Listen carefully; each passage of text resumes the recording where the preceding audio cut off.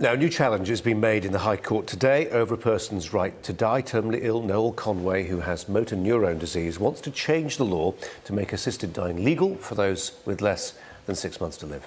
Well, joining us live from our central London studio, Dr. Peter Saunders, the campaign director at Care Not Killing, a group which opposes changes to the current laws on assisted dying. We know that this has been in front of the courts and in front of the lawyers a number of times before, 10 times before. My belief would be that you certainly haven't changed your position, that you think this is wrong.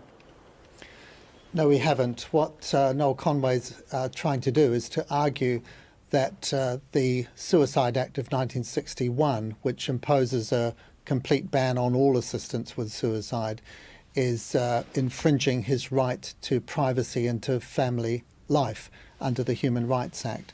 And of course, this is basically an argument about the balance of rights, because the Human Rights Act, whilst it does give a right to privacy and to family life, it also qualifies or limits this right in the interest of public safety, in the interest of preventing crime, and also in the interest of protecting health and morals and protecting the rights and freedoms of others.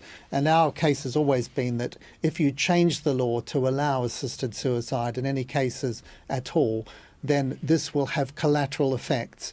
It will place under pressure vulnerable people to end their lives out of fear of being a burden on the state or to carers, and it opens the door for exploitation and abuse. So our position is that the current law we have is clear and right. On the one hand, the penalties it holds in reserve act as a very powerful disincentive to abusers or someone who has something to gain from another's death. But at the same time, it gives a lot of discretion both to prosecutors and to judges to be merciful in hard cases. So the fact is that virtually no one goes to prison for assisted suicide at the moment. So this, of course, has been discussed before. Just 2 years ago, the House of Commons looked at this and overwhelmingly defeated the Maris bill attempting to legalise assisted suicide by a huge majority of 330 to 118. And it was all about public safety and concern for vulnerable people that stopped them. And Care Not Killing is intervening in this case, but alongside another group, Not Dead Yet UK, which represents disabled people, and they're very concerned about the precedent that this case might bring as well. It's about balancing, isn't it? It's about balancing the human rights, as you say, of those who are vulnerable, of those who may feel pressured to take their own lives, with the human rights of those who want to. And how can you argue that one human right is greater than another?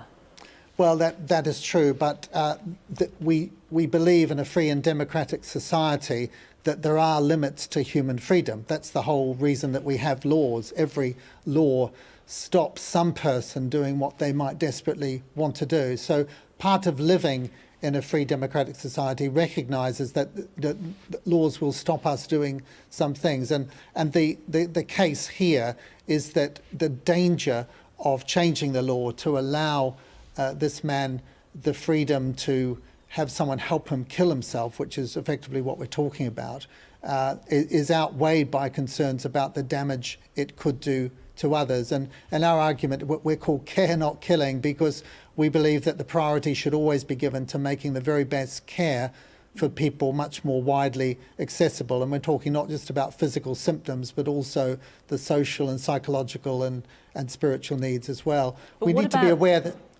But what about the care and the rights of those who are dying, those who have a terminal illness, who have less than 6 months to live, are in considerable pain, and can see the pain that it's also causing for their family, and say, I care about them. I don't want them to go through this. I don't want my family to watch me slowly decay over the next 6 months.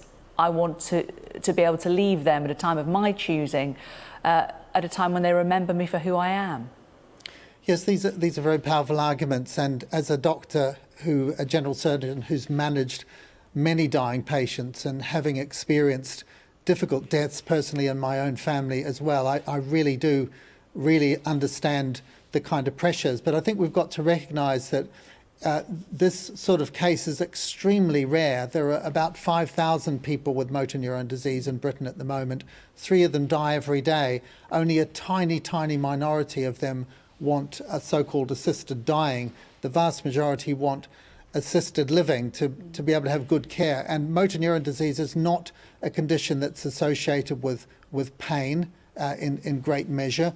It does affect one's breathing, and eventually one will die of respiratory failure or breathing failure. But the overwhelming majority of patients well treated with good palliative care will die reasonably, comfortably with this condition. It's just not true that they choke or suffocate. And that may mean saying no to Noel Conway and a very small number of others like him. But as I said, the real issue is one about public safety and the protection of the rights and freedoms of others. OK. Peter Saunders from Care Not Killing, thank you very much.